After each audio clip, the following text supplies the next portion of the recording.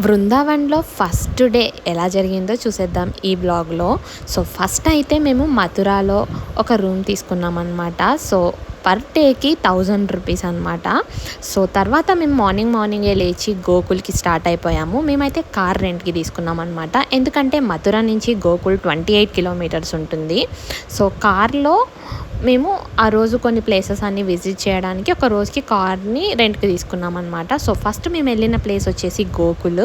మీరు ఇక్కడ కనిపిస్తుంది కదా, దాన్నే యశోదా కుండ్ అని అంటారనమాట. యశోదామాత శ్రీకృష్ణుని బట్టల్ని ఇక్కడే ఉతికేవారని చెప్పి ఇక్కడ అందరూ నమ్ముతారనమాట. అండ్ దెన్ ఇక్కడ ముడుపు కూడా కడతారనమాట. కట్టిన తర్వాత గోకులంలోకి వెళ్తారు. అండ్ గోకులం లోపలికి వెళ్ళంగానే ఇట్లా ఒక ద్వారం వస్తుందన్నమాట. ఎవ్రీ హోలీకి ఇక్కడ చాలా గ్రాండ్గా హోలీ సెలబ్రేషన్స్ అనేటివి జరుగుతాయి అన్నమాట ఎవ్రీ ఇయర్. అండ్ దెన్ లోపలికి వెళ్ళిన తర్వాత మనకి నంద్ మహల్ అనేది కనిపిస్తుంది. ఈ నంద్ మహల్ అంటే ఏంటో కాదు, నంద్ బాబా ఉన్నారు కదా, అంటే శ్రీకృష్ణుడిని పెంచిన తండ్రి ఎవరైతే ఉన్నారో ఆయన వాళ్ళ ఇల్లు అనమాట. అంటే శ్రీకృష్ణుడు చిన్నప్పుడు పెరిగిన ఇల్లే ఈ నంద్ మహల్ అనమాట. సో ఈ నంద్ మహల్లోకి ఫోన్స్ అయితే అలో ఉండవన్నమాట. లోపల ఒక బంగారు ఊయలు ఉంటుంది. ఇంకా అందరూ కూడా శ్రీకృష్ణుడు చిన్నప్పుడు ఇలా కూర్చొని వెళ్ళేవాడు కాబట్టి అందరూ కూర్చొని వెళ్తారనమాట. అది గోకుల్ యొక్క ప్రాముఖ్యత. తర్వాత మేము రమణ్ రేతికి వెళ్ళామన్నమాట. సో రమణ్ రేతిలో చిన్నప్పుడు శ్రీకృష్ణుడు బలరాముడు ఈ మట్టిలోనే ఆడుకున్నారు అని చెప్పి నమ్ముతారనమాట. ఇంకా అక్కడున్న మట్టి చాలా నైస్గా సాఫ్ట్గా ఏదో తెలియని ఒక చేత్తో పట్టుకుంటే ఒక గోధుమ పిండి ఎలా ఉంటుందో అలా ఉంటుందన్నమాట. అండ్ దెన్ అక్కడ అందరూ కూడా ఇలా భజన చేస్తున్నారు. ఇలా భజన చేస్తున్నప్పుడు ఎంత పీస్ఫుల్గా ఉంటుంది కదా ఆ టెంపుల్ ఎన్విరాన్మెంట్. ఇంకా అక్కడ శ్రీకృష్ణుడు ఇంకా రాధా దేవి యొక్క దర్శనం చేసుకున్నాం అనమాట. అలా దర్శనం అయిపోయిన వెంటనే మేము కూడా ఆ మట్టిలో ఆడుకోవడానికి వెళ్ళామన్నమాట.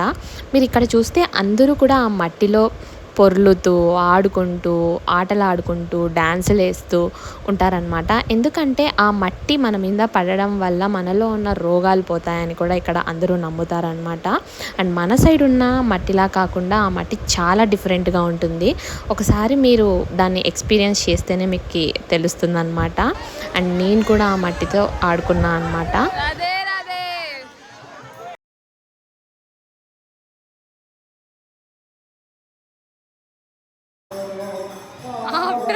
ఆఫ్టర్ రమణ్ రేతి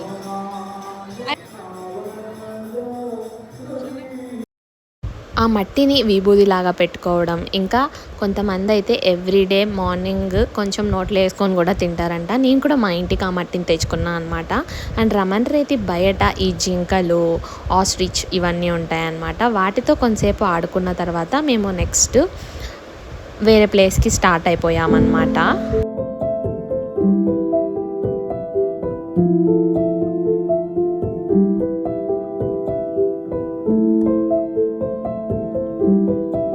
నెక్స్ట్ మనం వెళ్ళిన ప్లేస్ వచ్చేసి చౌరాసి కంబా. ఇక్కడ కనిపిస్తుంది కదా ఈ గోశాల వచ్చేసి నంద బాబా అది అన్నమాట. సో అప్పట్లో నంద్ బాబా వాళ్ళు యాదవులు కాబట్టి వాళ్ళ కులవృత్తి అయిన గోవులను పెంచుకునే వాళ్ళనమాట. సో ఈ గోశాల అయితే ఆయనదన్నమాట. సో ఇక్కడ వచ్చేసి శ్రీకృష్ణుడుని గోకులంకి ఇలా తీసుకొచ్చారు అని చెప్పి చూపిస్తున్నారనమాట. గోవర్ధన్ గోకుల్ ఆయే అని చెప్పి. మీకు తెలిసినట్లయితే వసుదేవుడు యమునా నది నుంచి శ్రీకృష్ణుడిని చిన్నప్పుడు మథురలో ఉన్న కంసుడి యొక్క జైలు నుంచి తీసుకొచ్చి గోకులంకి తీసుకొచ్చి యశోద ఇంకా నందబాబా వాళ్ళ ఇంట్లో పెడతాడనమాట. సో ఇక్కడ ఫస్ట్ మనం ఎంటర్ అవ్వగానే ఇక్కడ శివుడు ఉంటాడనమాట.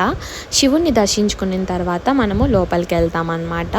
అది వచ్చేసి నంద్ బాబా వాళ్ళ ఇంట్లోకి అనమాట.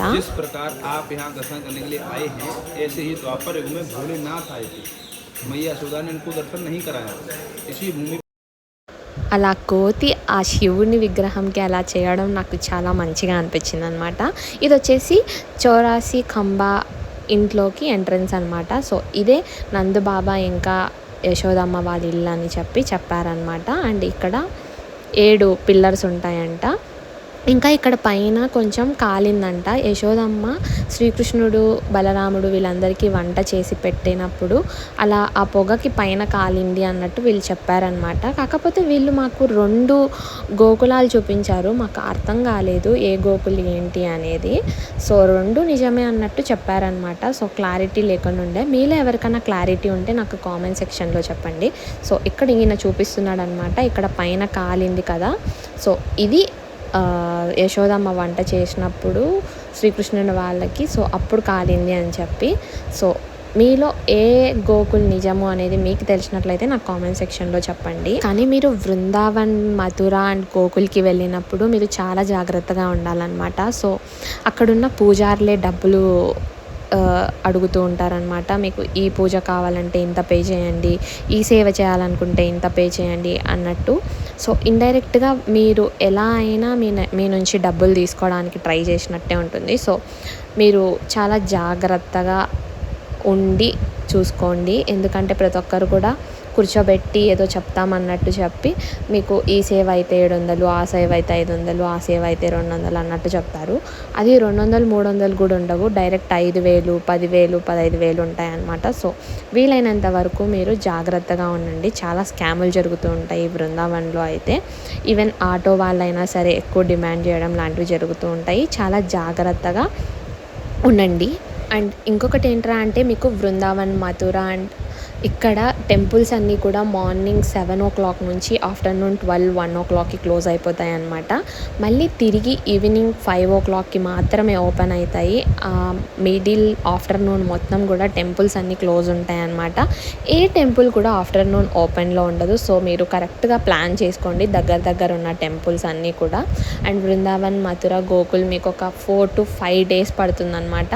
ఇంకా మీరు కావాలంటే అందులో బర్సానా, నందగావ్ కూడా ప్లాన్ చేసుకోవచ్చు. కానీ ప్లాన్ అనేది పర్ఫెక్ట్గా ఉండాలి. లేదంటే అస్సలు ఏది జరగదన్నమాట. ఎందుకంటే మీకు పర్ఫెక్ట్గా తెలిస్తేనే మీరు ట్రావెల్ చేయగలుగుతారు. లేదంటే ప్లాన్ అటు ఇటు అయిపోతుంది. ఎందుకంటే కొన్ని టెంపుల్స్ దూరం ఉంటాయి, కొన్ని టెంపుల్స్ దగ్గర ఉంటాయి. ఎప్పుడైనా మీరు దగ్గర ఉండే టెంపుల్స్ కవర్ చేసేటట్టు చూసుకోండి. అండ్ ఆ రోజు ఈవినింగ్ మేము 6:30కి యమునా నది దగ్గర హారతి ఇస్తారనమాట. ఇక్కడ విశ్రామ్ ఘాట్ అని ఒక ఘాట్ ఉంటుంది. అక్కడ యమునా హారతి ఈవినింగ్ 6:30కి ఇస్తారనమాట. ఇంకా మాకు అక్కడే ద్వారకాధీశ్ అని ఒక టెంపుల్ ఉంటుంది. అది కూడా విజిట్ చేసుకొని వద్దామని చెప్పి మేము అరౌండ్ 6:00కి బోట్లో స్టార్ట్ అయ్యామన్నమాట. ఎందుకంటే ముందే మీరు స్టార్ట్ అయితే మళ్ళీ ఆ బోట్ వాళ్ళు మీకు టైం ప్రకారం ఎక్కువ ఛార్జ్ చేస్తారు. మాకైతే పర్ పర్సన్కి వీళ్ళు 100 రూపీస్ ఛార్జ్ చేశారనమాట. సో మీరు చూసుకొని వెళ్ళండి. ఒక్కొక్కసారి ఎక్కువ కూడా చెప్తారనమాట. సో అలా విశ్రామ్ ఘాట్కి మనం బోట్లో వెళ్తాము. అండ్ తర్వాత ద్వారకాధీశ్ టెంపుల్ని విజిట్ చేసుకొని మళ్ళీ అదే బోట్ ఎక్కి ఇక్కడ యమునా హారతి ఇచ్చే దగ్గర ముందర బోట్లో నుంచి మనము యమునా హారతిని చూస్తామన్నమాట.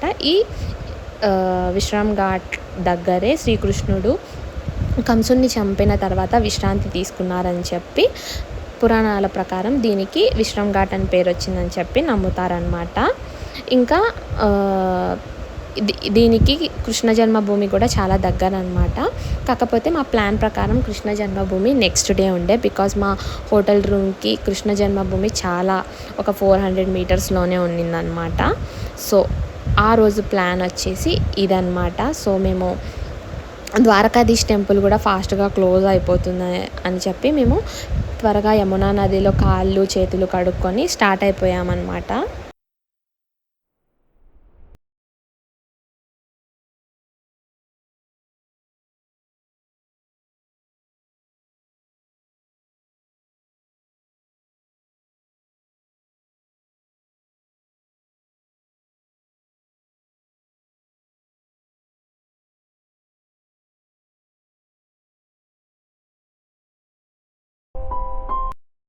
సో ఈ ద్వారకాధీశ్ టెంపుల్ కూడా ఈవినింగ్ 7:00కి క్లోజ్ అనమాట. ఫాస్ట్గా వెళ్ళి ద్వారకాధీశ్ టెంపుల్లో ఆ శ్రీకృష్ణుని దర్శనం చేసుకొని వెంటనే ఫాస్ట్గా వచ్చేసి 6:30కి యమునా హారతి దగ్గరకు వచ్చేసామన్నమాట. అండ్ బోట్ వ్యూలో నుంచి యమునా హారతిని చూసామన్నమాట. అండ్ ఈ యమునా హారతి ఇచ్చే చోట ఈవినింగ్ అందరూ దీపాలు పెట్టడం, అక్కడ భజనలు చేయడం లాంటివి కూడా చేస్తున్నారనమాట. చాలా పీస్ఫుల్గా ఉంటుంది బృందావన్ నిజంగా. ఇంకా ఇక్కడైతే చాలా పీస్ఫుల్గా అనిపించింది. ఇంకా మేము బోట్ ఎక్కేసి ఇక్కడ హారతి ఇస్తారని చెప్పి వెయిట్ చేస్తున్నాం అనమాట. తర్వాత హారతి ఇచ్చారు 6:30కి. అండ్ దెన్ ఆ తర్వాత మేము హారతి తీసుకొని వెళ్ళిపోయామన్నమాట. తర్వాత మేము ఒక మంచి సౌత్ ఇండియన్ ఫుడ్ తినాలనిపించిందనమాట. ముందు ట్రైన్‌లో ఫుడ్ అస్సలు సెట్ అవ్వలేదు. నాలుక అంతా పాడైపోయిందనిపించింది. సో, అక్కడున్న మిస్టర్ ఇడ్లీ అని ఒక స్పాట్‌కెళ్ళి ఇడ్లీ, దోస ఇవన్నీ తిన్నామన్నమాట. ప్రైజెస్ కొంచెం ఎక్కువగానే ఉన్నాయి. కాకపోతే మన ఫుడ్ లేకపోతే ఒక 2 రోజులకే మనం ఉండలేం కదా! That's it for today. So, ఇది డే 1 మేము బృందావన్, గోకుల్‌లో ఏమి చూసాము అని చెప్పేసి.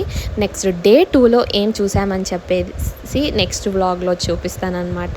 సో, మీకు బృందావన్ ట్రిప్‌కెళ్ళాలనుకుంటే మీకు ఎలాంటి డౌట్స్ ఉన్నా, ఇంకా మీకు ఏ ప్లేసెస్ విజిట్ చేయాలనుకున్నా, ఏమైనా డౌట్స్ ఉంటే మీరు కామెంట్ సెక్షన్‌లో చెప్పండి. ఇంకా నేను మీకు హోటల్ డీటెయిల్స్ అన్నీ కూడా లాస్ట్ వ్లాగ్‌లో చెప్తాను. That's it for today. Thank you for